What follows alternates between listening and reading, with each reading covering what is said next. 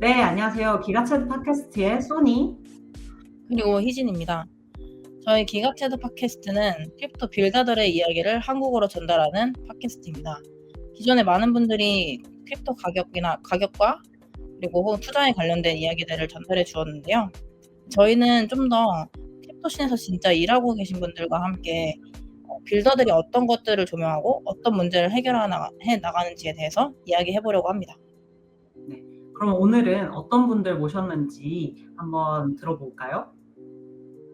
네, 안녕하세요. 이제 기가체드 팟캐스트 두 번째 에피소드 팩트라 업그레이드에 대해서 시작하도록 하겠습니다. 네, 오늘은 국내에서 이제 제일 잘하고 있는 그 블록체인 씬에서 제일 잘 나가는 라디우스의 휴고님 그리고 라프님과 함께 이번 팟캐스트를 진행해 보려고 하고요. 라디우스는 저랑 이제 희정님, 소니님도 같이 몸담고 있는 그런 회사입니다. 그래서 가볍게 두 분에 대해서 해드리기 전에 라디우스에 대해서 소개해드리자면, 라디우스는 이더리움 생태계에서 L2들의 문제를 해결하기 위해서 솔루션을 빌딩을 하고 있고요. 주로 포커스하고 있는 영역은 MEB 영역이긴 합니다. 그래서 MEB 솔루션을 개발을 통해서 L2들이 좀 더 서스테이너블한 이런 생태계를 빌딩할 수 있도록 돕는 그런 솔루션을 개발하고 있습니다. 네. 이어서 이제 라프님 혹시 먼저 소개 부탁드립니다. 네, 우선 이렇게 초대해 주셔서 너무 감사드리고요. 저는 라디오스에서 소프트웨어 엔지니어로 이제 근무하고 있는 라프라고 합니다. 네, 반갑습니다. 반갑습니다. 네, 반갑습니다. 네, 다음 휴고님 소개 부탁드립니다. 네, 저는 라디우스에서 리서치 엔지니어로 일하고 있는 휴고라고 합니다. 그래서 저는 이더리움 쪽 개발이랑 연구 현황 살피고 라디우스에 적용하는 업무를 하고 있고, 그래서 좋은 기회로 또 이번 에피소드 팟캐스트에 참여하게 되었습니다. 네, 감사합니다. 감사합니다. 일요일 오전이거든요, 지금이. 일요일 오전부터 시간 내주셔서 너무 감사드리고요. 오피스에서만 뵙다가 이렇게 또 화면으로 뵈니까 또 색다르네요. 맞아요. 그러네요. 네, 맨날 되게 팟캐스트가 뭔가 아니면은 사실 저희가 얘기할 기회가 생각보다 많지 않은데 팟캐스트를 핑계로 이렇게 좀 얘기를 해볼 수 있게 돼서 좋은 것 같습니다, 저는. 일단 본격적으로 질문, Q&A처럼 진행을 해보려고 하는데, 가볍게. Q&A라기보다 이제 저희가 이제 휴고님과 라프님을 통해서 팩트라 업그레이드가 무엇인지에 대해서 그리고 앞으로 이더리움 생태계에 어떤 영향을 미칠 것인지, 그리고 이제 앞으로 이더리움 생태계에서 빌딩하고 있는 밸리데이터라던가 저희 같은 라디우스라던가 기타 등등 많은 플레이어들이 있잖아요. 이런 플레이어들에 어떤 영향을 미칠 것인지 이런 얘기를 좀 중점적으로 얘기를 해보려고 하고요. 그 전에 이제 왜 이렇게 시기가 늦었는데 팩트라 업그레이드에 대해서 다루게 됐느냐 하면은, 저희가 일단 모두 저희 라디우스 팀에서 왔고, 또 이더리움이 결국에는 저는 아직까지는 크립토 씬에서 이제 내러티브를 이끌고 있는 팀이라고 생각을 하고, 그만큼 이제 팩트라 업그레이드라는 게 이더리움만의 얘기는 아니고 결국에는 이제 크립토의 어떤 방향성을 갖느냐에 대한 얘기를 해볼 수 있을 거라고 생각을 했어요. 그래서 조금 시간이 조금 지났더라도 저희 팀의 팀원들을 초대해서 한번 이 얘기를 해보면은 좀 더 유의미한 어떤 메시지 혹은 유의미한 얘기를 이제 시청자 여러분께 보내드릴 수 있지 않을까 해가지고 이번 주제를 선택하게 되었습니다. 그래서 첫 번째 질문은요. 이제 제가 알기로는 제가 잘못 알 수도 있는데 이제 자료를 참 찾아보니까 2022년에 이제 머지 업그레이드 이후에 이번 업그레이드가 좀 가장 큰 업그레이드라고 하더라고요. 그래서 좀 이제 업그레이드한 영역들을 보니 좀 사용자 경험의 향상에 좀 초점이 맞춰져 있다고 생각이 드는데, 지금까지 머지 업그레이드 이후에 어떤 업그레이드들이 히스토리컬리 있었으며 그 업그레이드들과 이번 팩트라 업그레이드의 좀 차이점, 그리고 이번 팩트라 업그레이드에서 주목할 점들이 뭐가 있는지 휴고님께 한번 질문 드리고 싶습니다. 네네. 그래서 질문해 주셨던 것처럼 이제 2022년 9월에 이더리움의 더 머지 업그레이드를 통해서 이제 POW에서 POS로 바뀌었는데 이제 팩트라가 그 이후에 세 번째 업그레이드거든요.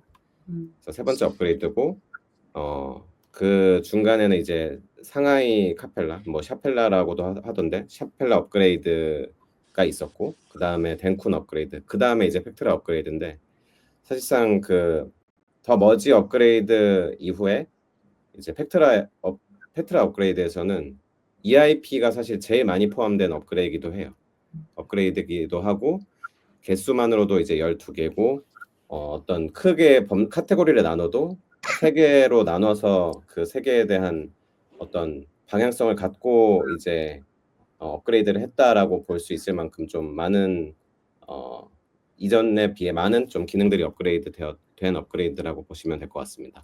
그래서 이전에 그런 업그레이드가 어떤 게 있었는지 보면은 이제 상하이 카펠라 업그레이드에서는 이제 기존의 더머지 업그레이드에서는 그 POS를 이제 운영하기 위해서 밸리데이터가 되기 위해 이더리움을 이제 디파짓만 할 수가 있었어요. 그래서 위드드로울이 안 됐었는데 그 예치한 이더리움을 출금할 수 있는 기능을 이제 샤펠라에서 업그레이드가 된 거고, 그다음에 그 이후에 덴쿤 업그레이드에서는 뭐 덴쿤 업그레이드에서도 여러 업그레이드가 있었지만 여러 기능들이 이제 업데이트가 되었지만 가장 이제 중요했던 게 이제 EIP 4844 그 블록을 도입해가지고 L2의 그 데이터를 올리는 비용을 굉장히 낮췄다. 그래서 L2 스케일러빌리티를 향상시켰다는 네, 그런 업그레이드가 있었습니다.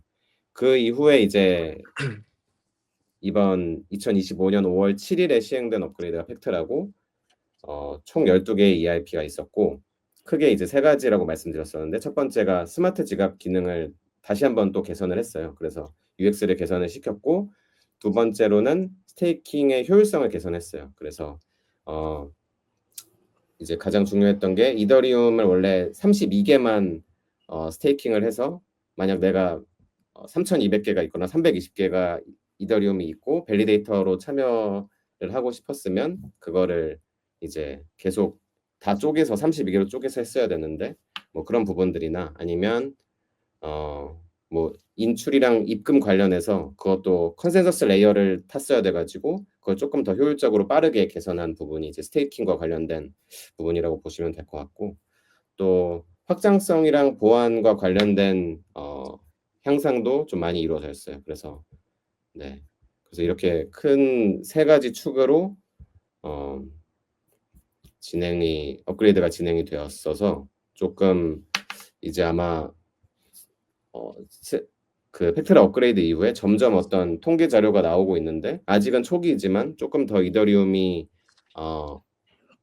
좀 UX가 편해지고 밸리데이터들이 많이 쉽고 빠르게 참여할 수 있고 또 스케일러빌리티도 좋아져서 정말로 좀 많은 이제 제도권에서도 쓸 수 있는 그런 환경을 마련하고 있지 않나 이렇게 생각이 듭니다. 여담이기는 한데 혹시 뭐 그 각 업그레이드마다 그런 명칭들이 좀 있잖아요. 뭐 상하이, 뭐 샤펠라, 뭐 덴쿤, 혹시 뭐 이런 명칭에 대해서 조금 왜 이렇게 지었는지 뭐 이런 것도 좀 아시나요? 저도 네, 그 명칭을 짓는 거를 이제 명칭으로 업그레이드 명을 정하잖아요. 네. 근데 왜 짓는지는 모르고 저도 궁금했던 게 네. 팩트라는 네네. 어디야? 이거를 검색했는데 바로 안 나와가지고 아, 아시는 거 아, 있나요? 네. 찾아봐야겠다. 팩트라. 저 흥미로운 질문이에요. 근데 저도 그래서 팩트라는 도대체 어디야 했는데 팩트라 어디 있는 거죠? 상하이는 그 제가 예전에 상하이에서 한번 뭔가 그런 건가? 찾아봤을 때는 팩트라가 어떤 지명이 하나가 아니라 그 2개가 합쳐진 거라고 하거든요. 지명 하나랑 이제 어떤 명칭 하나 이렇게 합쳐진 거였는데 프라하하고 체코 있잖아요. 네. 프라하하고 엘렉트라라는 그 신화에서 유래한 단어래요. 그래서 프라하와 엘렉트라에 합친 게 이제 팩트라라는 뜻입니다. 그 네. 결국 모를만 했네요. 그렇게 그렇게 해 놓으니까 지역을 모르는 거. 그 아까 네. 라프님 상하이 업그레이드는 어떤 뭔가 그렇게 명명한 이유가 있다고 하셨었나요? 말씀하시려고 했던 것 같은데. 뭐 그냥 각각 다 지역을 뭔가 지칭하는 것 같아서 뭔가 그 지역에서 뭔가 했다거나 그런 음. 걸로 좀 생각했었어요. 이게 뭐 약간 네. 펙트라에서 프라하가 도시고 저는 일렉트라는 그럼 뭐지? 하고 있었는데 일렉트라가 그 하비 레이어 이름이군요. 맞아요. 컨센서스 레이어 업그레이드. 컨센서스 레이어.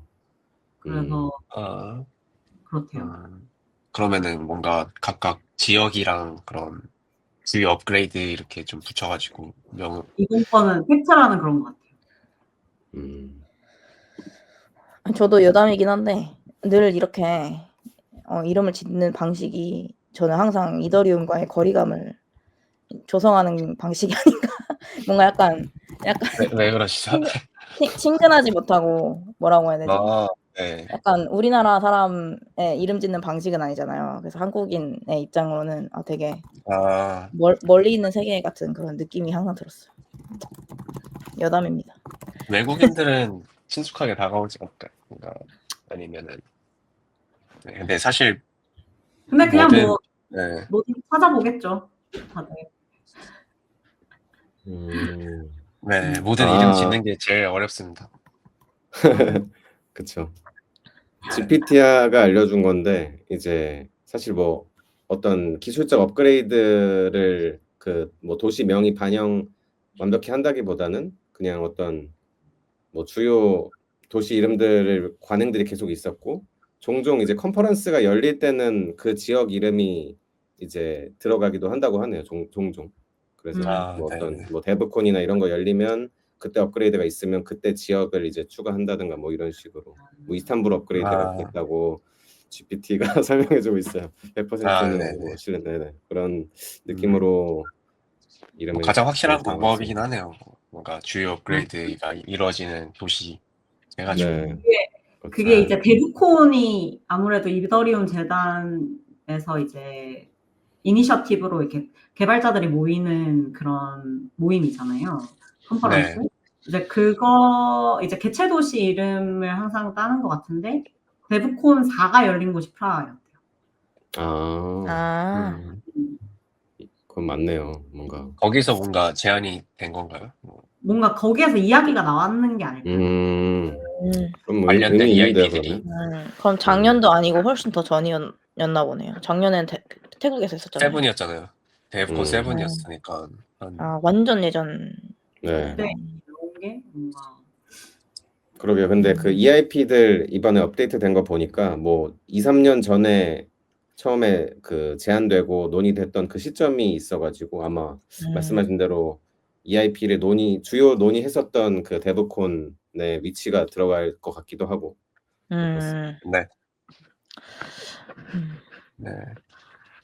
그럼 언젠가 코리아 업그레이드 뭐 이런 것도 서울 업그레이드나 뭐 이런 게 들어갈 가능성이 있을까요?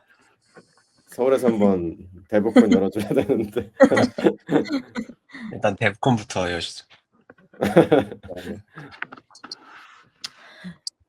농담 한번 던져봤습니다. 네. 라디우스가 잘해서 다 이더리움 파운데이션에서 여기로 지정할 수 있게 한번. 네. 그러면 너무 좋을 것 같아요. 네, 저도 한번 열심히 하시죠. 네, 열심히 하시죠. 출근해야겠다 오늘. 네. 집에서 일하고 계셨던 거 아니에요? 맞죠. 집이세요? 집이에요. 재택근무 하고 있었어요. 네, 그러면은 이제는 바로 다음 질문으로 넘어가 보도록 하겠습니다. 네. 다음 질문은 이제 그럼 팩트라 업그레이드가 과연 이제 이더리움이 지향하는 비전과 얼마나 좀 온라인이 되어 있나? 얼마나 연관성이 있나? 이런 얘기를 좀 해보고 싶어서 질문을 생각해 보았는데 이더리움이 이제 울트라 사운드 머니를 지향을 하잖아요. 그래서 그 울트라 사운드 머니가 과연 이게 뭐를 포지셔닝 하고자 하는 건지, 그리고 이제 이번에 팩트라 업그레이드랑은 어떤 연관성이 있는지 이번에는 라프님께서 한번 답변 부탁드립니다. 네, 네, 그래서 우선은 사운드머니가 뭘까에 대해서 일단 한번 찾아봤었는데요. 사운드머니는 일단 금이랑 이제 비트코인처럼 공급량을 제한해서 이제 좀 인플레에 좀 강한 자산을 의미를 한다고 하고요. 그래서 그런데 거기서 더 나아가서 이제 비탈릭이 이더리움은 울트라 사운드 머니다 라고 그렇게 했었고, 울트라 사운드 머니는 이제 공급량이 점점 줄어드는, 그래서 디플레이션을 일으키는 자산을 의미한다고 합니다. 그래서 EIP 1559 이후로 이제 거래 수수료의 일부분을 이제 소각을 하기 시작을 했고, 이제 더 머지 이후로 발행량 자체도 이제 줄어들어서 디플레이션이 이제 가속이 되고 있습니다. 그래서 근데 이제 댕콘 업그레이드 때 이제 이더리움 이제 수수료 자체가 이제 거래 수수료 자체가 낮아지면서 이제 소각량이 이제 줄어들게 됐고, 근데 이제 L2 센트릭으로 이제 전환됨에 따라서 이제 L1 자체 뭔가 활성화가 줄어들다 보니까 잠시나마 그 댕콘 업그레이드 이후 때 인플레이션이 이제 발생했던 걸로 이제 기억을 하는데요. 근데 이제 이번 팩트라 업그레이드에서는 이제 조금 더 그런 L1에 좀 집중을 하게 되었고, 그래서 이제 인플레이션이 그 업그레이드 이후에 플러스였다가 이제 마이너스로 전환되면서 디플레이션으로 다시 전환되었다 하더라고요. 그래서 그 이유 중에 하나가 이제 블록 사이즈가 증가가 되었고, 이제 지갑 UX 개선이 되면서 뭔가 어느 정도 그런 부분들이 반영이 된 것 같은데요. 블록 사이즈 증가가 되면은 이제 L2 자체의 트랜잭션 스루풋이 증가하게 되고, 이제 당연히 이제 그렇게 되면은 L1으로 올리는 이제 수요가 증가하게 되면서 이제 당연히 그런 비용들이 증가하게 되고, 그 비용이 증가하게 되면 이제 소각량이 증가하게 되면서 이제 그런 선순환이 이루어지는 구조로 이어지게 되고, 그러다 보면은 이제 소각량이 늘어나게 되면서 다시 디플레이션으로 전환되는 뭐 그런 구조로 되면서 울트라 사운드 머니가 되었다. 그리고 이제 지갑 UX 개선이 이루어지면서 이제 뭐 계정 추상화를 이제 본격적으로 이더리움 메인넷에 활용하게 되는 그런 업그레이드가 포함이 됐다 보니까 이제 EOA 계정을 이제 스마트 컨트랙트처럼 이제 활용하게 되고, 그러다 보면 이제 뭐 새로운 종류의 이제 트랜잭션 타입을 이제 도입을 하게 되고, 그래서 조금 더 이제 유저들이 뭔가 네트워크 활용하는 데 있어서 UX가 많이 개선되다 보니까, 그러다 보면은 당연히 트랜잭션도 증가하게 되고, 뎁들도 혹은 월렛들이 그런 거를 반영하게 되면서 이제 조금 더 소각이 조금 더 가속화되지 않나, 그런 면에서 이제 팩트라 업그레이드가 댕콘 업그레이드보다는 이제 디플레이션으로 전환되는 뭐 그런 업그레이드들이 많이 있었다라고 볼 수 있을 것 같습니다. 아마 보시는 분들 중에 좀 개발자가 아니신 분들도 많고 이런 백그라운드를 잘 모르시는 분들도 많을 것 같은데, 그 댕콘 업그레이드 때 이더리움 거래 수수료가 낮아졌던 이유가 그 블록 때문이잖아요. 블록에 대해서 조금 더 설명해 주시면 좋을 것 같아요. 네, 뭐 이제 그 블록 같은 경우는 저희 이제 L2들이 보통 이제 롤업을 할 때 그 데이터를 이제 콜 데이터에 직접 넣어서 롤업을 했었거든요. 그래서 그러다 보니까 데이터가 뭐죠? 네, 제가 알기로는 그 트랜잭션 안에다가 아마 직접 보냈을 거예요. 그러다 보니까 당연히 트랜잭션 사이즈가 이제 커지게 되고, 그러면은 당연히 비용이 많이 발생하게 되는 그렇게 되겠죠. 이제 뭐 그러다 보니까 이제 그거를 이제 블롭이라는 다른 데이터 이제 공간이죠. 데이터 공간. 그걸 담을 수 있는 공간. 네, 그래서 그 공간을 따로 분리를 해서 이제 트랜잭션 자체는 이제 다시 가볍게 만들고, 이제 그런 L2들의 데이터들은 블롭에 담아가지고 처리하게 되는 그런 업그레이드였죠. 네. 정리하자면 그러면 원래는 하나의 블록 안에 트랜잭션으로 그 내용이 들어갔는데 그 트랜잭션이 이제 무거워져가지고 비용이 좀 많이 들어갔는데 그 블록 공간 말고 블롭이라는 공간이 하나 더 생겨서 그거는 L2들 네.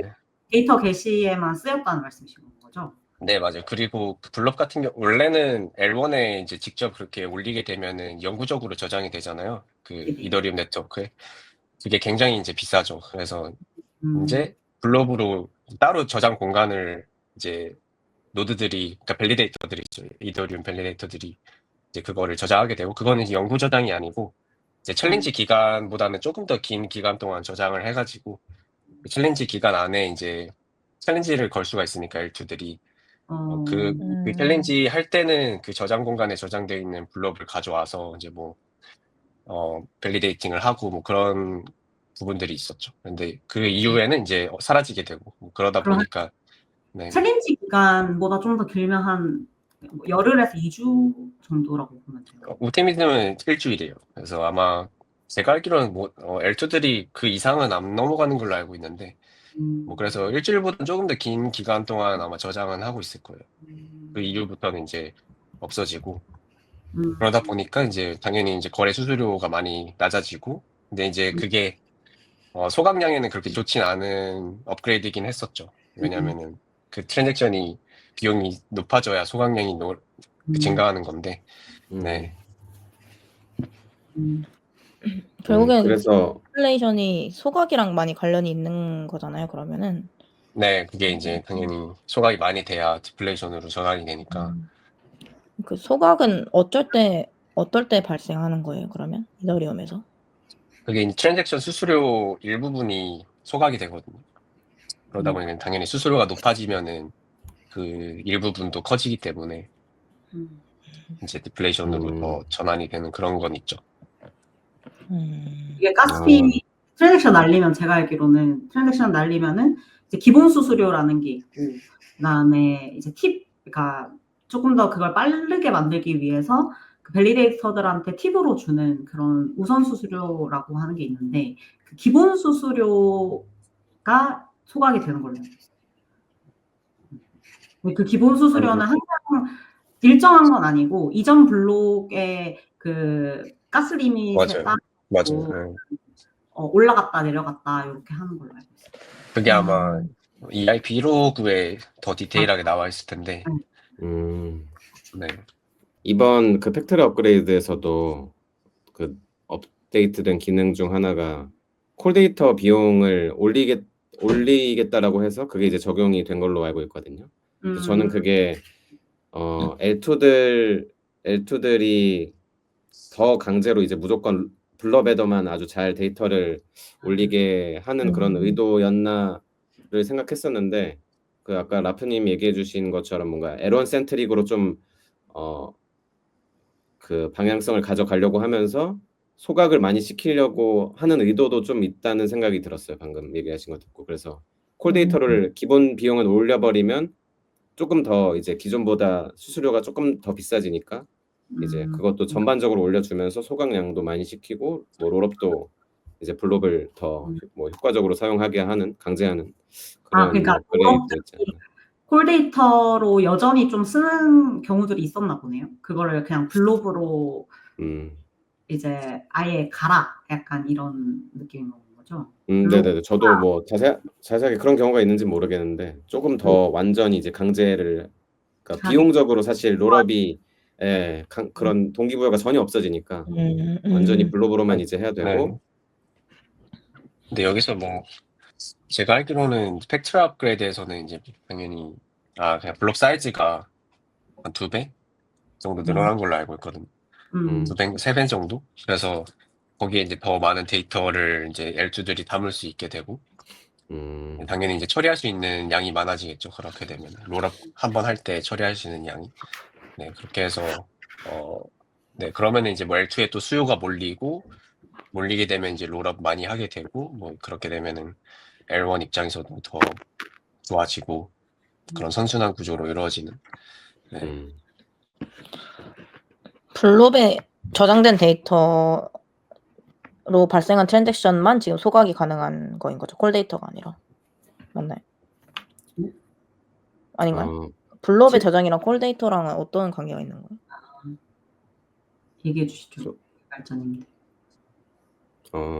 소각은 둘 다, 블롭은 소각이 안 되지 않나요?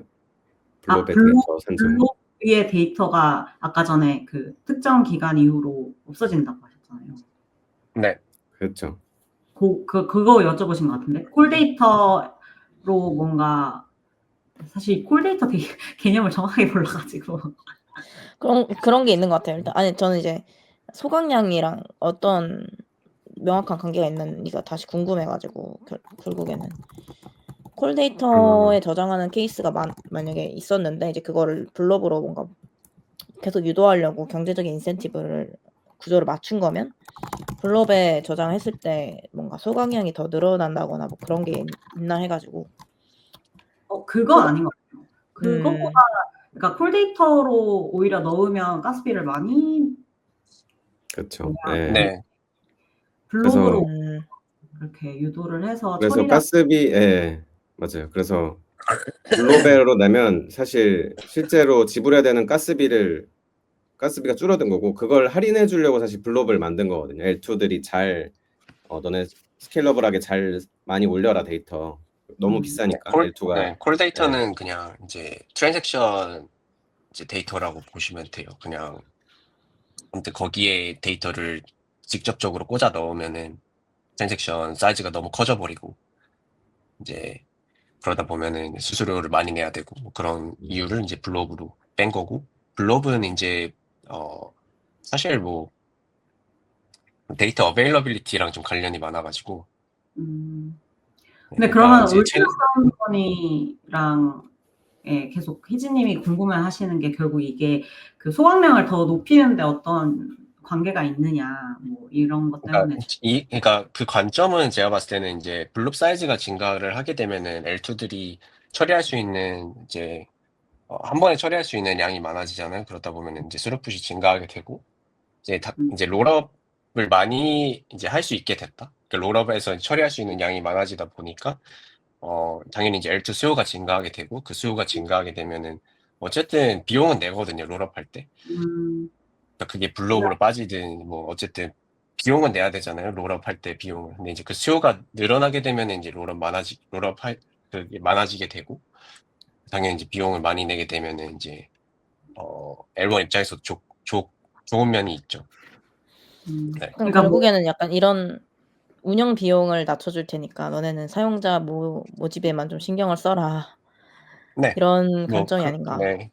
그렇게 그러니까 보시면 될 것 같아요. 단기적으로는 사실 울트라 사운드 머니로 가는 게 아닌데 장기적으로 봤을 때는 울트라 사운드 머니가 되려면 결국 사용자층을 넓혀서 더 많은 그 그러니까 네트워크가 더 많은 사람들이 쓰면서 이제 울트라 사운드 머니로 가자로 봐야 되는 거겠네요. 네, 그게 맞을 것 같아요.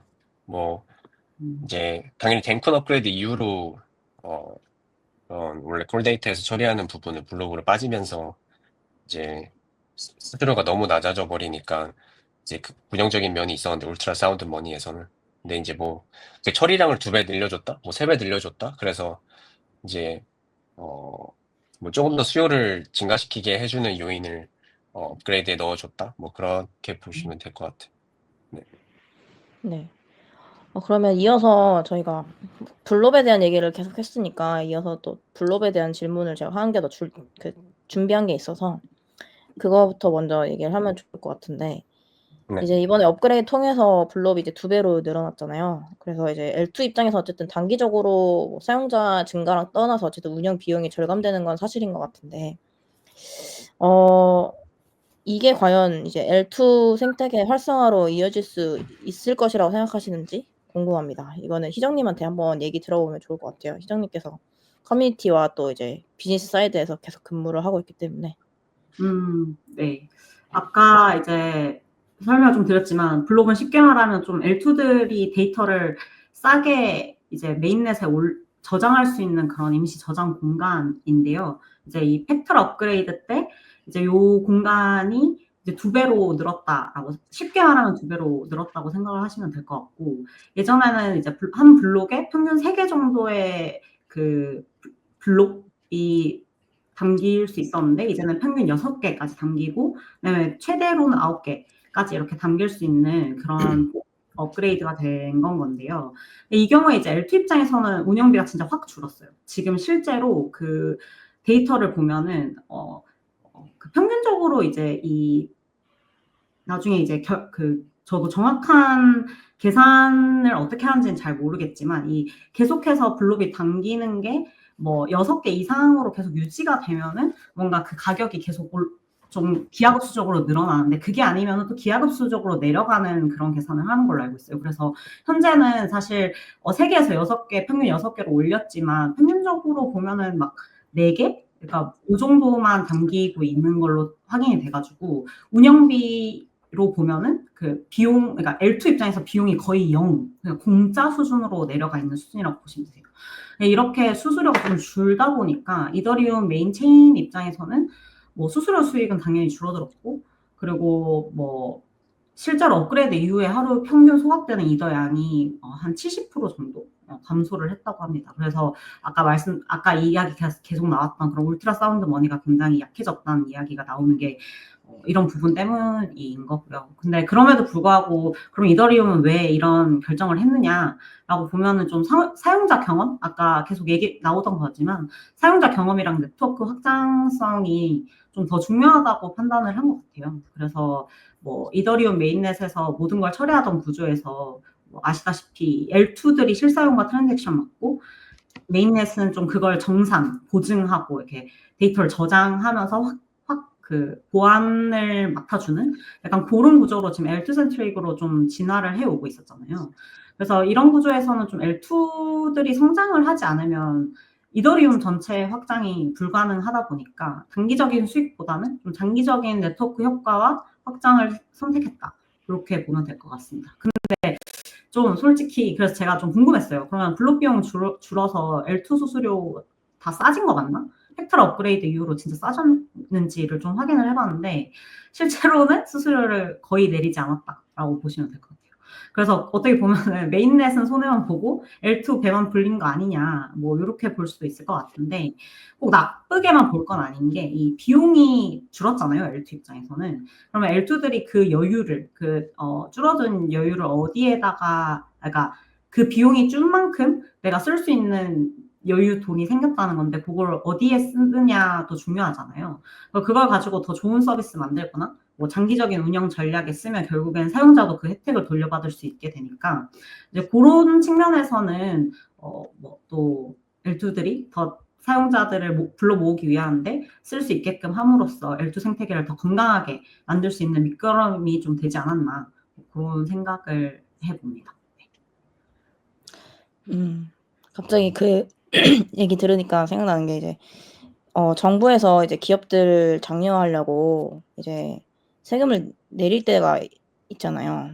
혹은 이제 세금이 올라가게 되면은 그 기업들이 이제 소비자한테 그 세금을 전가하잖아요. 가격을 올려가지고. 근데 내려갈 때는 같이 가격이 내려가진 않잖아요. 약간 그런 것에 대한 딜레마랑 약간 비슷하다는 생각이 들었어요. 좀 아무래도 이게 그러니까 세금이랑 비슷한 것 같아요. 그 L2들이 내는 그 비용이 어떻게 생각해 보면은 뭐 완전 똑같을 수는 없지만 약간 비슷하지 않나 그런 좀 생각이 좀 들었어요. 그래서 그냥 L2들이 방금도 얘기했지만 그렇게 줄어든 비용 그래서 이제 수익이 늘어서 그 수익을 어디에 다시 재투자하고 그걸 가지고 어떻게 사용자 친화적으로 만들 것인지를 고민하는 게 굉장히 중요하지 않을까 이런 생각을 해봅니다. 근데 뭐 이거는 조금 이번 업그레이드랑은 좀 다른 얘기일 수도 있는데 뭐 어쨌든 이더리움 자체에서도 이제 뭐 아까 말씀하셨다시피 메인넷만 손해보고 L2만 배부르게 가는 구조가 많이 계속 이루어지다 보니까 뭐 텍스 얘기도 나오고 있고 근데 이제 L2 입장에서는 사실 L1이 없으면은 돌아갈 수가 없는 지금 구조이기 때문에 데이터 어베일러빌리티도 이제 블록 올리면서 그런 DA 관련해서도 L1에 많이 의존하고 있고 이제 뭐 그러다 보니까 다음 업그레이드 나오는 뭐 피어다스 얘기도 이제 블록 가용성이 이제 더 늘어나는 업그레이드인데 이제 뭐 모르겠어요. 그거 수요 더 받으면서 그러니까 DA 더 가능하게 하고 이제 가용성을 더 늘리니까 음. 가능하게 하고 이제 L2가 더 뭔가 의존되게 만든 다음에 뭐 텍스를 매겨서 좀 모르겠어요. 말도 안 되는 얘기일 수도 있는데 텍스를 매겨서 이제 메인넷에 더 이익을 안겨주는 구조로 갈 수도 있고. 네. 근데 그러면은 DA로서 이더리움이 그만큼 경쟁력이 있어야 되는 건데 뭐 아이겐 DA도 있고 어베일도 있고 뭐 셀레스티아도 있고 DA들이 엄청 많잖아요. 네. 그것들이랑 비교했을 때 그 이더리움이 DA로서 그만큼 경쟁력이 있다고 보시나요? 뭐 자세히 그쪽 다른 프로젝트에서 이제 데이터 가용성에 대한 경쟁력이 어느 정도 있는지 잘은 모르지만 근데 이제 피어다스 이후로 이레이즈 코딩 가능해지고 이제 어쨌든 그 밸리데이터들이 그 업그레이드, 그러니까 다음 업그레이드죠. 푸사카 업그레이드인 걸로 알고 있는데 그 업그레이드 이후로 이제 블록 전체를 저장하지 않고도 그냥 일부분만 저장하고 당연히 그렇게 되면은 다른 블록들도 저장을 가능하게 되잖아요. 뭐 그러니까 부담이 줄어들게 되죠. 밸리데이터들이 그냥 전체를 저장하지 않고도 그런 가용성을 확보할 수 있게 되니까 어쨌든 저는 그 정도만 돼도 일단 충분히 경쟁력을 갖춘다고 보고 있긴 하거든요. 근데 막 이더리움, 네. 제가 이때까지 알고 있었던 걸로 이제 그들이 항상 우리가 더 경쟁력 있어라고 하는 게 우리가 더 싸, 더 뭐 저렴하다 이렇게 내세우고 있었는데 사실 제가 이번에 조사를 하다 보니까 블록에 저장하는 값이 거의 0에 수렴하고 있어서 그들이 더 이상 그 비용적인 측면에서 경쟁력을 이야기하기는 좀 어려울 수는 있겠다 이런 생각이 좀 들긴 했어요. 어디 말씀하시는 거예요? 그 뭐 뭐 다른 셀레스티아나 셀레스티아나 다 이런 데? 아이겐 아이겐 DA나 뭐 네. 어웨일 DA나 그런 부분들도 그렇고 근데 이제 한때 제가 또 궁금했던 게 그런 거였거든요. 블록은 그렇게 2주 정도 저장하고 사라지는 정보인데 그럼 그 다른 DA들은 영구적으로 저장해 주는 건가? 그러면 또 그렇게 영구적으로 저장해 주는 부분 때문에 또 쓰고 싶다는 케이스가 있으려나? 뭐 요런 또 궁금증이 있긴 했어. 근데 뭐 모르겠어요. 그러니까 사실 이더리움만큼 그러니까 현재 블록체인 그 진짜 네트워크에서 이더리움만큼 안전한 곳이 없고 그만큼 또 탈중화되어 있는 부분이 이더리움이 그러니까 다른 경쟁사에 비해서는 훨씬 더 안전하죠. 그래서 그런 면에서는 이제 그러니까 이제 피어다스나 이런 부분이 적용되면 훨씬 더 경쟁력을 갖춰지지 않을까 하는 생각은 하고 있어요. 혹시 휴고님 어떻게 생각하세요? 저도 사실 뭐 DA 관점 여쭤보시는 거예요? 네, 맞아요. 그러게요. 저는 그러니까 사실 블롭에 대한 그 비용이 거의 0에 가깝다라는 걸 사실 좀 잘 몰랐었거든요. 그 측면에서 보면 확실히 이더리움이 그런 탈중앙화뿐만 아니라 DA에서도 그런 이점이 있으니 이더리움 진영으로 계속 들어오고 거기서 자기네 어떤 생태계를 유지하는 게 좀 메리트가 있지 않을까 생각이 들었어요. 그래서 DA도 저희가 뭐 자세히는 모르니까 다른 프로젝트들이나 좀 다음 주제나 뭐 이런 걸로 해보면 좋을 것 같다 이런 생각도 들었고요. 네. 네. 저도 좋은 주제 아이디어를 하나 얻어가지고 나중에 한번 기회가 된다면 셀레스티아나 네. 아이겐이나 이런 분들 모셔놓고 한번 얘기해보면 좋을 것 같다는 생각이 들었습니다. 저도 DA에 대해서는 꽤 무지해가지고 더 이상 묻지는 않겠습니다. 더 이상 답변 드릴 것도 없어요. 네, 더 이상 묻지 않겠습니다. 네네네. 좋습니다. 다음 질문으로 넘어갈게요. 네. 충분히 많이 얘기한 것 같아서. 네. 이제 또 이번 업그레이드를 통해서 또 많이 변화가 있었던 부분이 그 어카운트 앱스트랙션과 관련된 부분이잖아요. 근데 이제 기존에도 그 ERC 4337이라고 하는 그 어카운트 앱스트랙션 관련된 이제 토큰 표준이 있는 걸로 알고 있는데 또 이번에 그 팩트럴 업그레이드를 통해서 EIP 3074하고 7022가 추가가 됐더라고요. 그래서 각각이 좀 어떤 역할을 하는지, 그리고 기존에 있었던 7702입니다. 죄송해요. 7720이라고 했나요, 제가? 뭐 7027인가 뭐 하여튼 다르게 얘기했어. 다시. 너무 제가 숫자에 약해서 기억을 잘 못해요. 다시 할게요. 그래서 EIP 3074와 7702가 추가가 됐는데, 이제 각각 어떤 차이가 있고 또 어떤 역할을 하는지, 그리고 4337이랑은 어떻게 차이가 있는지, 그리고 일반 사용자한테는 또 어떤 변화가 있을지 궁금합니다. 이거는 휴고님께서 답변 부탁드려요. 네.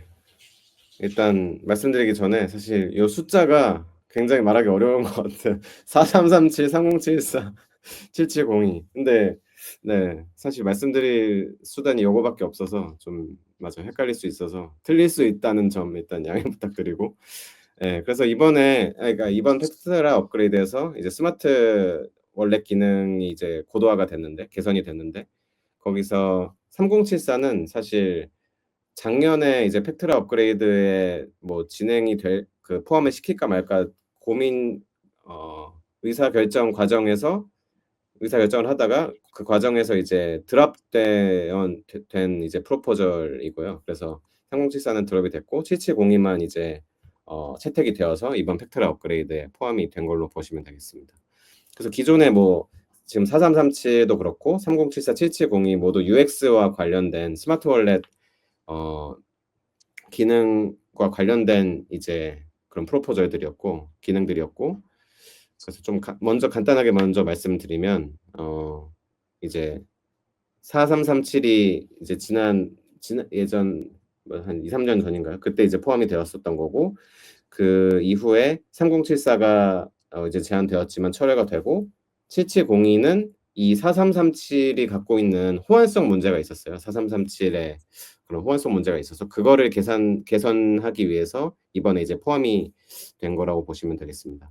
좀 더 디테일하게 설명을 드리면은, 이제 그럼 4337에 어떤 호환성 문제가 있었냐, 요거를 설명을 드리면, 4337은 그러니까 유저의 그 EOA 있잖아요. 익스터널 뭐 어카운트.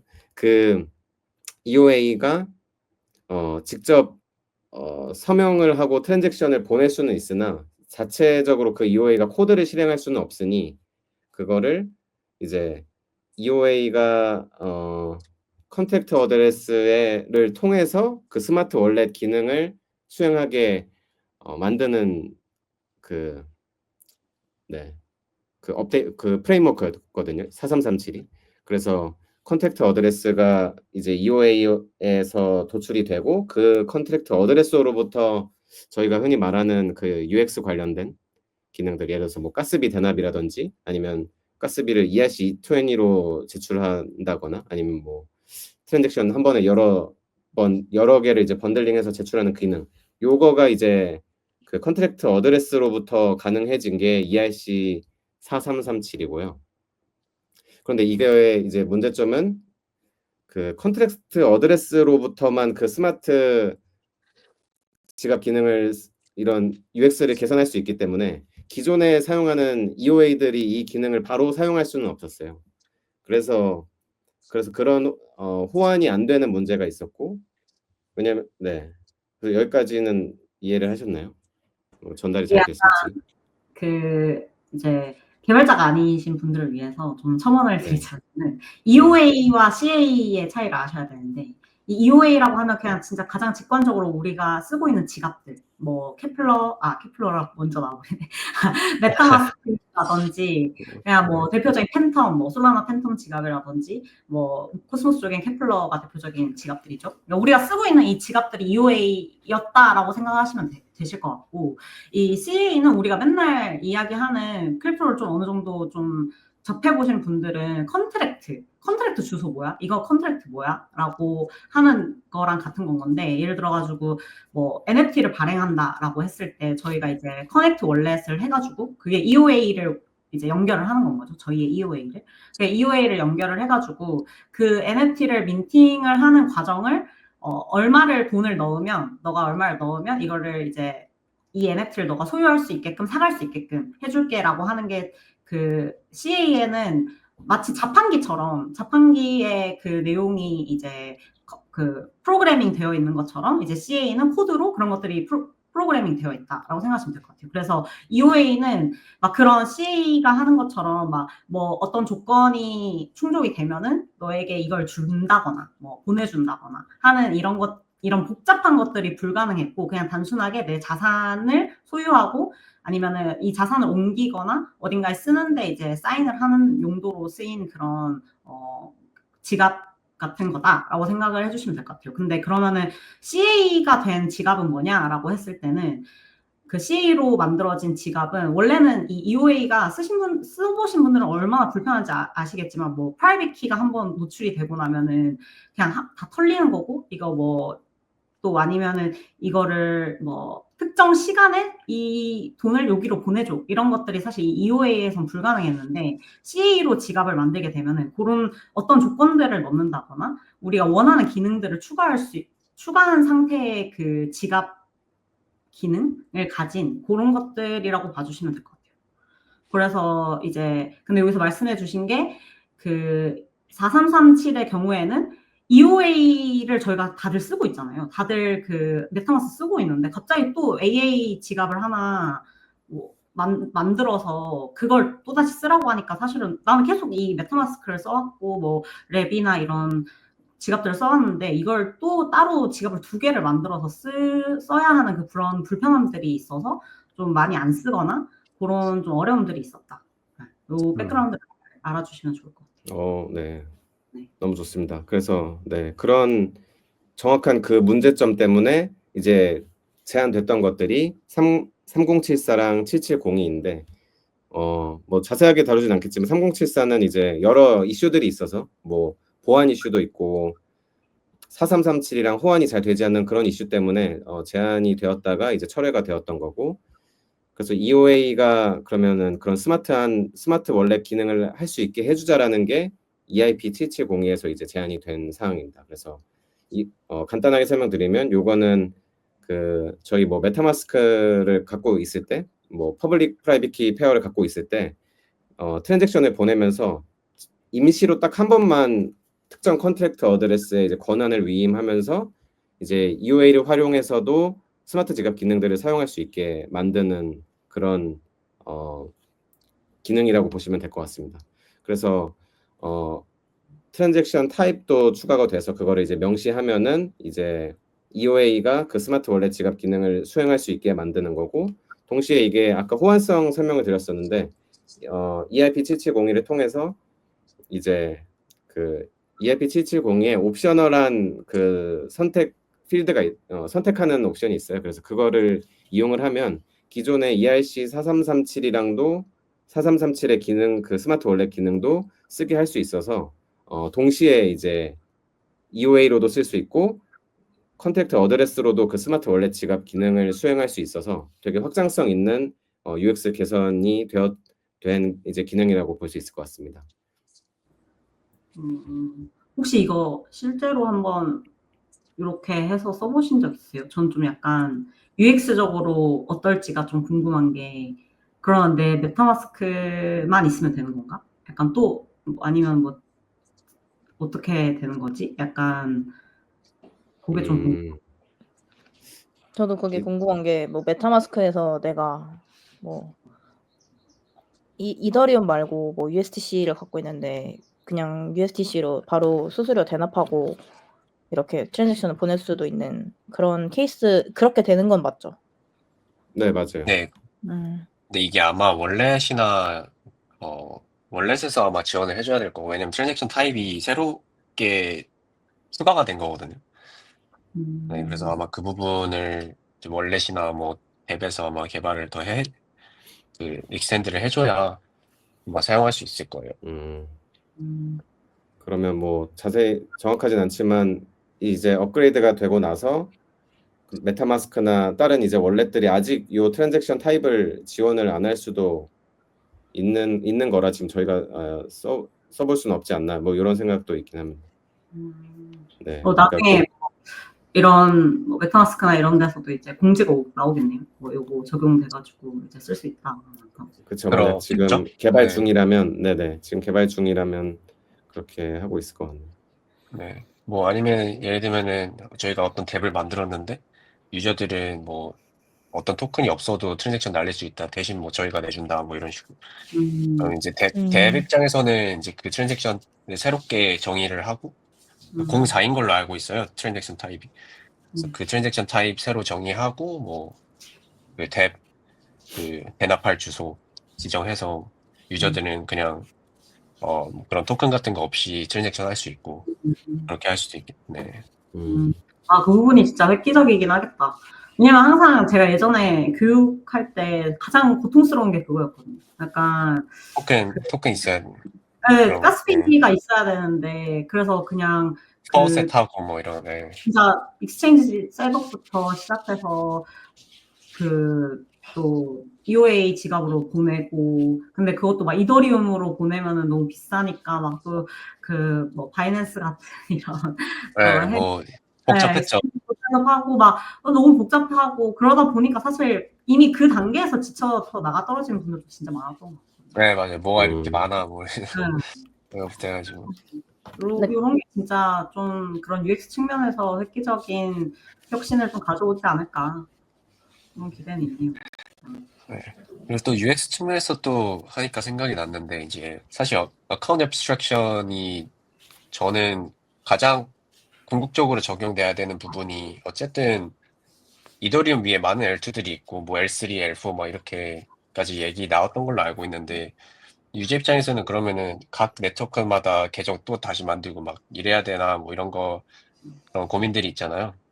이런 거를 어쨌든 앱스트랙션이라는 부분이 이제 추상화를 시키는 부분인데 그냥 하나의 계정으로 모든 네트워크에서 다 활용할 수 있게 되고 또 이더리움뿐만 아니라 뭐 솔라나 폴카다 다른 네트워크에 있는 계정들을 또 이제 더 앱스트랙션 해가지고 결국에는 뭐 슈퍼 계정이 하나 나올 수도 있지 않을까.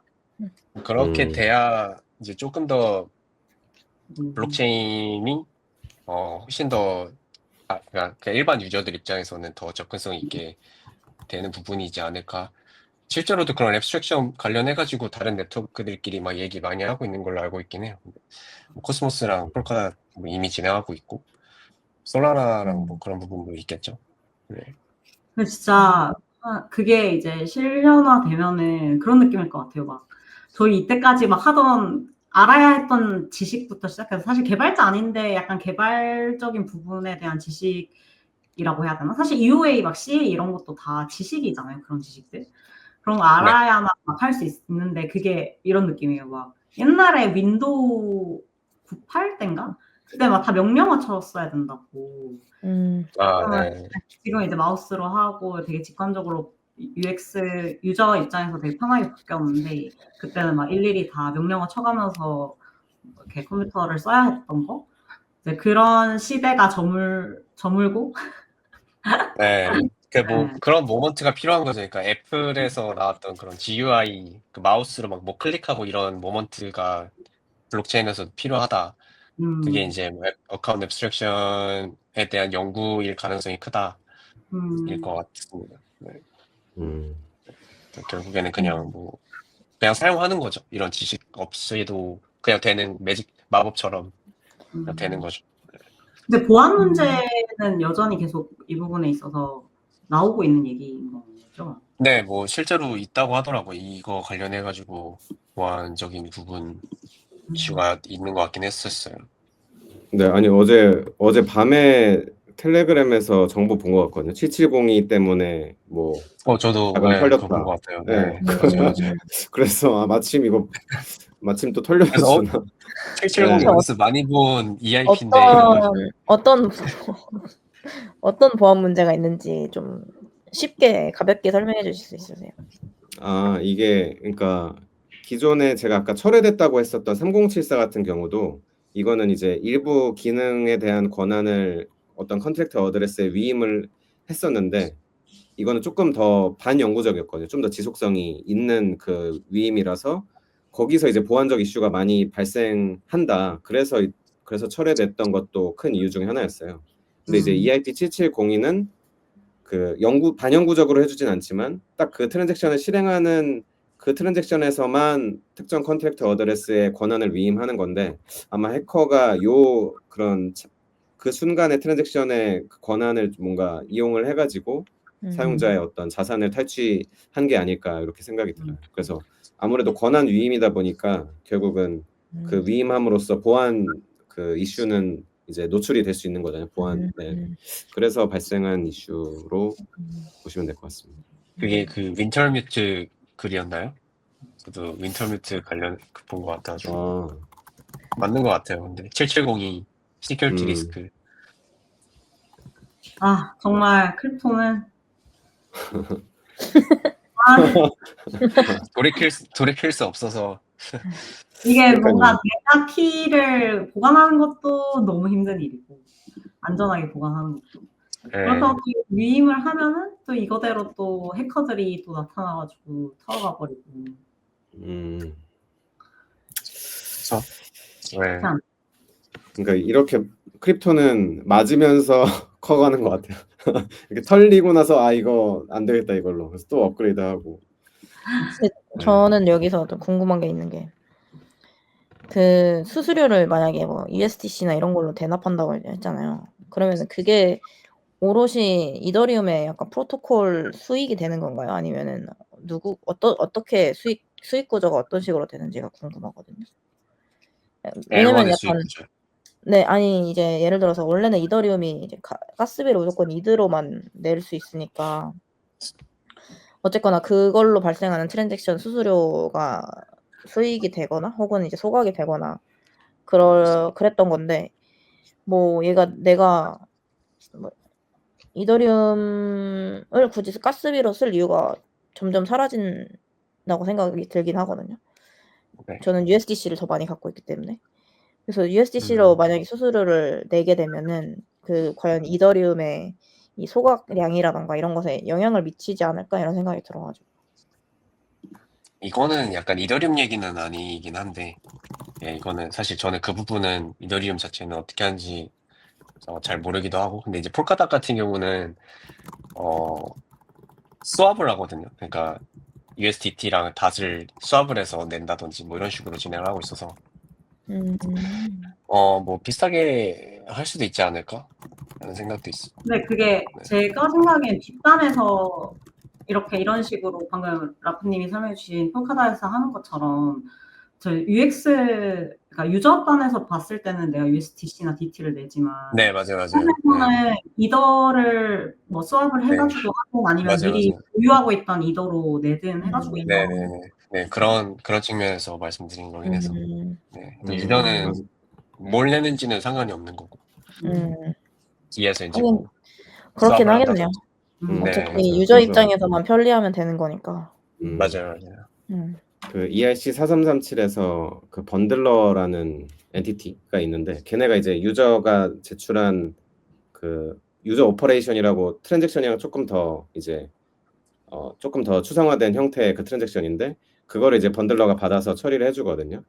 근데 그때 이제 가스비 내는 건 그 유저의 트랜잭션을 실행시키는 가스비는 번들러가 내고 그 유저가 명시한 자기가 내려고 했던 혹은 뭐 대납이라면 가스비를 안 내겠죠. 그거는 이제 번들러가 그걸 받아서 처리하는 거라서 말씀하신 게 맞는 것 같아요.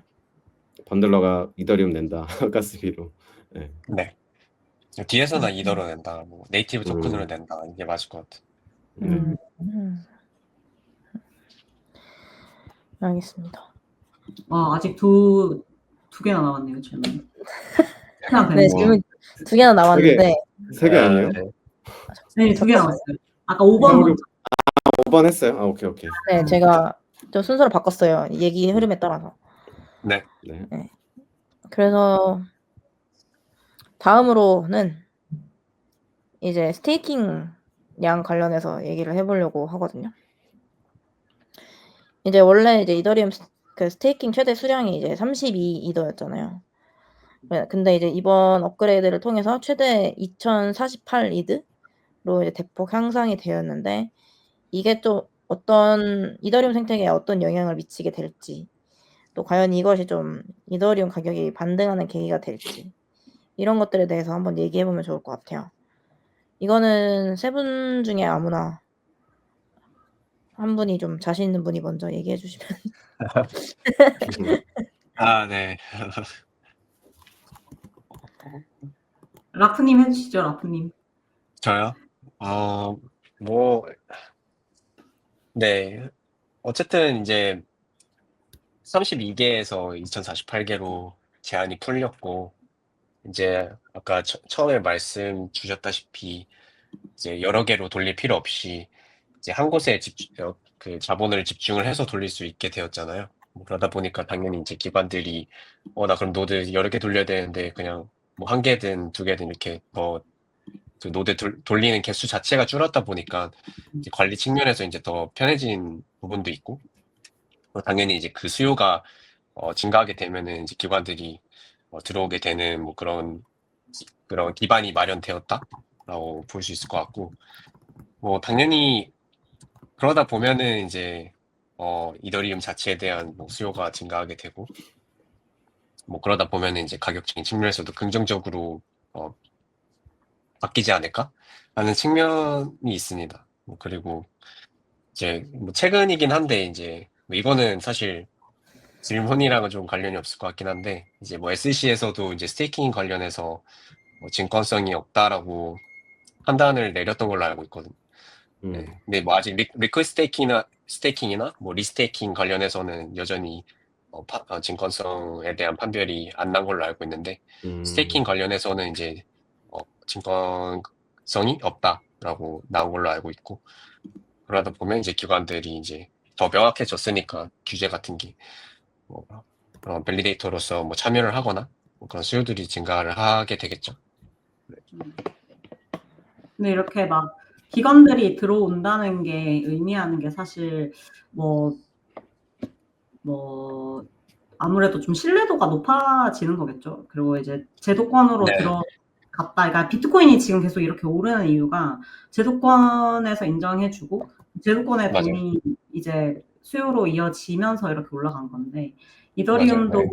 이렇게 스테이킹이 가능해진다는 거는, 이렇게 2048개까지 가능해진다는 거는 기관 자금이 들어올 구멍을 조금 넓혀주고, 그러면은 자금이 더 많이 들어오게 됨으로써 이더리움 가격이 올라갈 수 있는 어떤 그런 가능성이 열리지 않을까, 그렇게 네. 합니다. 네. 어쨌든 좀 넥스트 내러티브가 RWA잖아요. 이제 그 RWA 이제 그런 자금들이 어디에 묶여야 되냐라고 했을 때는 더 안전한 네트워크 선택해야 되고, 밸리데이터들이 참여하고 기관들이 밸리데이터로 있으면은 사실 뭐 직접 할지는 모르겠지만 뭐 라이더 통해서 뭐 하거나 하겠지만, 어쨌든 기관들이 그런 메인 그런 그 참여자로 있으면은 훨씬 더 RWA 하기 더 좋은 환경이 마련될 거고, 뭐 그러다 보면은 가격적으로도 좋지 않을까. 네. 전 네, 이거 보면서 궁금했던 거에 그러면은 라이도 같은 뭐 리퀴드 스테이킹이나 뭐 아니면 아이겐레어 같은 리스테이킹 프로토콜이나 이런 데다가 이런 애들은 어떤 영향이 미칠지가 좀 궁금했거든요. 그쪽에 대한 수요가 좀 증가할까? 아니면은 그냥 그대로일까? 이런 게 좀 궁금했는데, 혹시 이 부분에 네. 대해서는 어떻게 생각하시나요? 뭐 디테일은 잘 모르지만 이제 최근에 그 라이도에서도 이제 V3로 업그레이드 하면서 그 스테이킹 관련해서 규제에 맞춰서 커스터마이징 가능하게 된 걸로 알고 있거든요. 그렇게 되면 그러니까 기관 수요에 맞춰서 뭔가 조정이 되고 있다 정도는 알고 있어. 네. 업그레이드 관련해서도 기관들이 조금 더 들어오기 편한 환경을 마련해 주는 걸로 방향으로 가고 있다. 네. 근데 막 정도만 알고 있어서. 네. 기관들이 이제 스테이킹까지는 할 텐데 LRT로까지 갈지는 잘 네, 모르겠어요. 그거는 진짜 그건 굉장히 또 다른 이제 어쨌든 레버리지에서 또 다른 위험성이 발생하는 그거는 거. 이제 기관들이 거기까지 참여하면 이제 서브프라임 모기지 사태처럼 이제 계속 쌓이는 뭐 그런 네. 그러니까요. 그냥 뭐 기관이 직접 LRT를 쓴다기보다는 제가 생각에 이제 그런 이더리움의 수요가 기관 때문에 증가해서 이더리움을 보유할 가치가 증가했다고 네, 사람들이 보고 맞아요.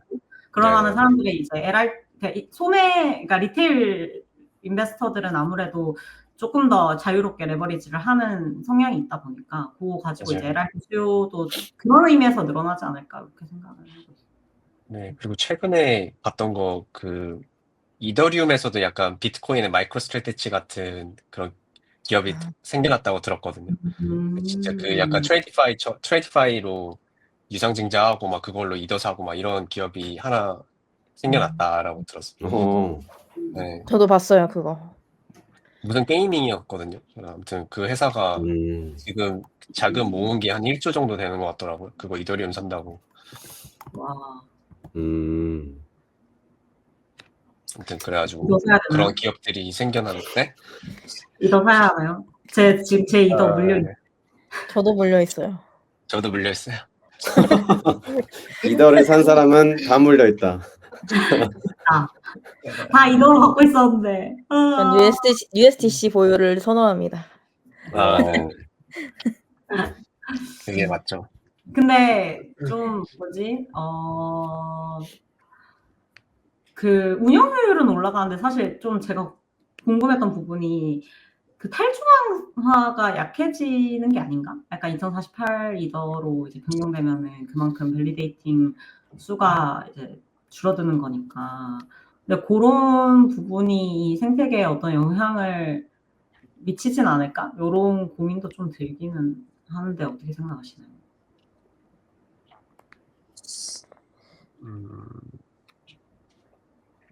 그래도 효율성이 더 중요한 부분이라고 판단한 건 거겠죠? 그렇죠. 의사 결정은.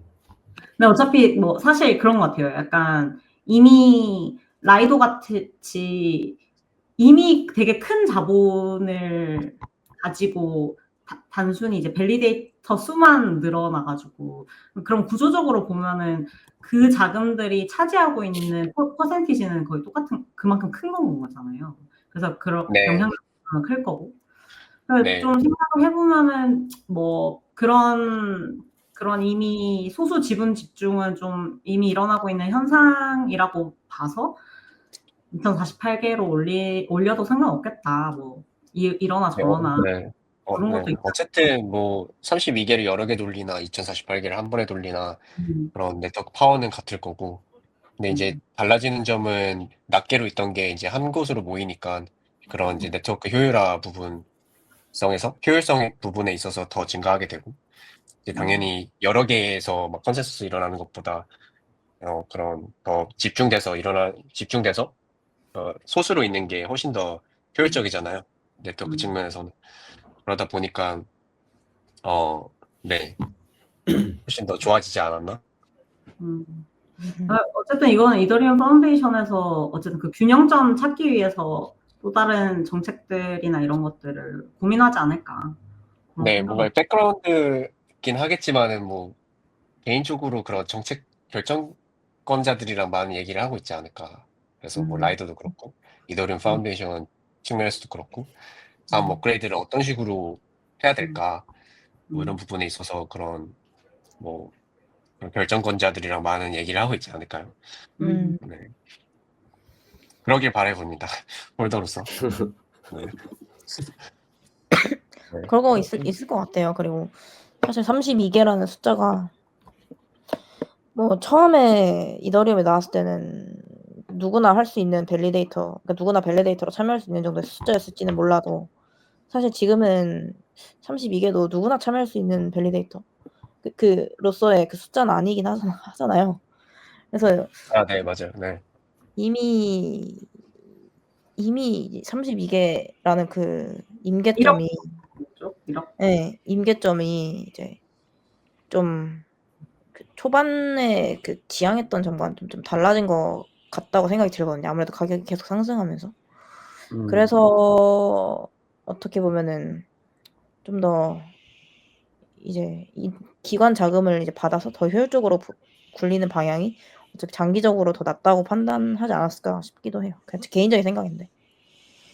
맞아요. 네. 그리고 가격이 또 디플레이션 머니를 지향을 하는데 가격이 여기서 내려가는 거를 지향하는 건 아니잖아요. 결국에는 가격이 계속해서 올라가고 보유 가치가 있는 그런 화폐가 되기를 지향하는데 그러려면은 이제 이게 좀 약간 대척점에 있는 거죠. 어떻게 보면은 사실상. 근데 그냥 갑자기 생각난 건데 기관 자금 들어오면 이더리움 생태계에 관심이 기관들이 많아지겠죠? 왜냐면 이 가격이 떨어지면 안 되니까. 저는 약간 받쳐줘야죠. 네. 리스테이킹 그러니까 그런 라이도나 아이겐이나 이런 리스테이킹 프로토콜들한테는 좀 관심이 더 생기지 않을까. 방금 엄마가 네네네. 깜짝 출연하셨네요. 아, 진짜. 네. 아이. 쇼츠에 등장하나요? 안 나와요. 안 나와요. 갑자기 제가 맥락을 잃었는데. 당황했어. 아무튼 뭐 말씀하신 것처럼 네. 비트코인처럼 그런 보유할 만한 자산이다라는 내러티브를 이제 만들어줘야 될 것 같긴 해요. 이더리움 네. 자체가 보유할 만한 자산이고 이거는 정말 울트라 사운드한 머니다라는. 네. 네. 그래서 자금을 이제 위임받거나 이제 투자 운영사들도 많이 있잖아요. 이제 그런 데들도 아무래도 자기네 전략을 최적화하기 위해서는 그냥 뭐 이더리움 그냥 보유하고 있는 게 아니라 뭐 리스테이킹 프로토콜이나 그런 리퀴드 스테이킹 프로토콜이나 그런 걸 통해서 어쨌거나 더 수익화를 하게 될 텐데 이제 그렇게 되면 당연히 기관 자금들도 자연스럽게 좀 리퀴드 스테이킹이나 리스테이킹 프로토콜에 흘러 들어가지 않을까라고 하는 게 이제 저의 이제 결론이었어. 네. 네. 그럼 이제 마지막으로 한번 넘어가 볼까요? 네. 그래서 마지막 질문은 이제 라디우스랑 관련된 이야기인데, 사실 직접적으로 관계가 있을 거라고 생각하지는 않아요. 아무래도 네, 업그레이드한 맞아요. 측면이 MEB랑 크게 관련은 없어 보이긴 해가지고. 그래도 얘네들이 이제 얘네들이라기보다 이더리움이 이제 블록 사이즈를 늘리면서 궁극적으로는 많은 유저를 우리 이더리움에 온보딩 하려고 하는 이런 약간 단계점을 만드는 거잖아요. 그렇다 보니까 간접적으로 어떤 이제 라디우스와 같이 이제 MEB 솔루션을 만드는 팀한테도 어떤 영향이 갈지 간접적으로라도 이런 걸 좀 생각해 보면 좋을 것 같아서요. 혹시 이거는 라프님께서 답변해 주시면 좋을 것 같습니다. 네, 뭐 말씀해 주셨다시피 직접적으로 영향을 끼치는 업그레이드는 아닌 것 같고, 근데 이제 당연히 조금 간접적으로 어떤 영향을 끼칠 수도 있는 부분들이 이제 뭐 그런 2048개로 늘어나면서 이제 밸리데이터 이제 그런 자본들을 더 집중시킬 수 있게 됐고, 그러다 보면은 이제 노드 운영보다는 이제 조금 더 이거는 정말 이렇게 될지 모르겠지만 어쨌든 MEB 전략에 조금 더 신경을 쓰게 되지 않을까? 뭐 그러니까 어쨌든 그런 밸리데이터들이랑 뭔가 파트너십을 맺는다든지 뭐 그런 부분들이 더 드러날 수 있을 것 같기도 하고, 그다음에 어쨌든 MEV가 일어나려면은 그러니까 유저 온보딩, 그러니까 유저들이 많아야 되고, 어쨌든 그런 뭐 TVL이나 이런 부분들이 더 높아져야 되는 부분들이 있잖아요.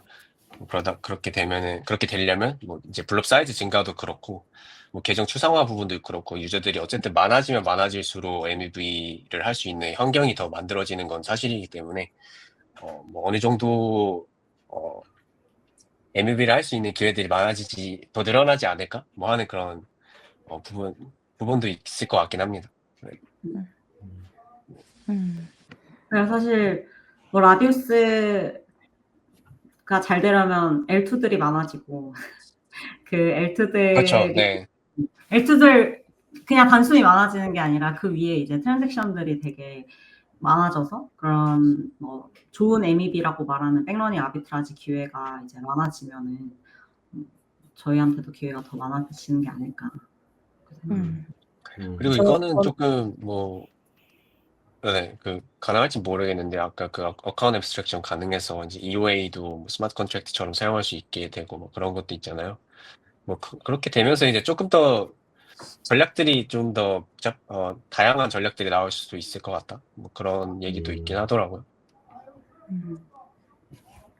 저는 이 약간 아까 그 블록 사이즈를 줄여가지고 수수료 거의 0인데도 이제 L2들이 자기네들 수수료 안 줄이고 있는 모습을 봤을 때 라디우스가 어쨌든 지향하는 지점이 MEB 수익을 L2들한테 돌려주면서 그 자금을 가지고 뭔가 생태계 활성화해라라던가 혹은 좀 서스테이너블한 이런 생태계를 만들자 이런 게 하나의 지점이라고 생각하는데 그 수익이 L2에 돌아가더라도 활성화가 안 돼 약간 자기네들이 그냥 먹고 그냥 활성화가 안 될 수도 있지 않을까라는 그런 생각이 좀 들었어요. 저는. 뭔가 유저들한테도 돌려주는 뭔가 무언가도 있어야 되지 않을까. 그러니까 그게 어. 가능할지 모르겠지만 그런 지점을 저희 쪽에서 만들어야지 이거를 뭔가 무조건적으로 L2에다가 위임을 하거나 L2에다 무조건 돌려준다 이런 식으로 저희가 프로토콜을 설계하면은 이제 원하는 형태의 그림이 나오진 않겠다 이런 생각이 좀 들었습니다. 근데 우선 뭐 현재 상황에서 어쨌든 라디우스가 이런 솔루션을 가진 이유가 그런 L2들 중에서도 그런 좀 안정적인 수익을 창출하는데 어려움을 겪고 있는, 그러니까 아무래도 L2들이 활성화되기 전까지는 그런 조금 마치 적절한 비유인지 모르겠지만 그 알리바바가 옛날에